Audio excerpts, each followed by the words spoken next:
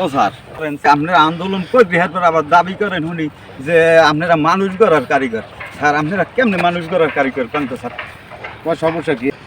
যে সমস্ত ছাত্র আমরা পড়াশোনা করে পাশ করাইছি, কত জায়গায় ভালো ভালো জায়গায় চাকরি করে, এরা বিভিন্ন ডিপার্টমেন্টে ভালো ভালো পজিশনে বসে আছে, এক একজনের ভালো ভালো সম্মানের অধিকারী। এই জন্য আপনারা মানুষ গড়ার কারিগর দাবি করেন? অবশ্যই এরা আপনারা ভুলে আছেন, আপনারা মানুষ গড়ার কারিগর না, আপনারা ঠিকই শিক্ষা দেওয়ার কারিগর, কিন্তু মানুষ গড়ার কারিগর না স্যার।